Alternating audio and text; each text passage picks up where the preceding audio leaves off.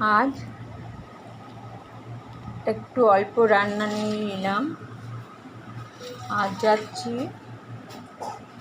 আমার এক ননদ মারা গেছে, তার কাজ আছে, সেই কাজে আমরা চলে যাচ্ছি, আমি আর আমার মেয়ে।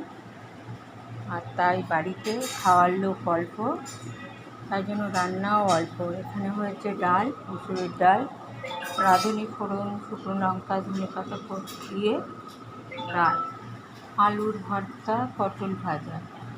এখানে হয়েছে আলু চিংড়ি ভাজা, আলু ভাজা করে তারপরে চিংড়ি দিয়ে ভাজা। এখানে শুধু আলু ভাজা।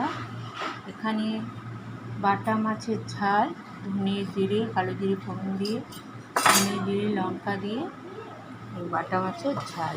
এই হচ্ছে আজকের রান্না। আর এখানে হয়েছে দই পেতে রেখেছি। আমরা বেরিয়ে যাচ্ছি, তাই ছোট্ট করে ভিডিও করে দেখালাম। ভালো লাগলে অবশ্যই লাইক, কমেন্ট, শেয়ার করবে।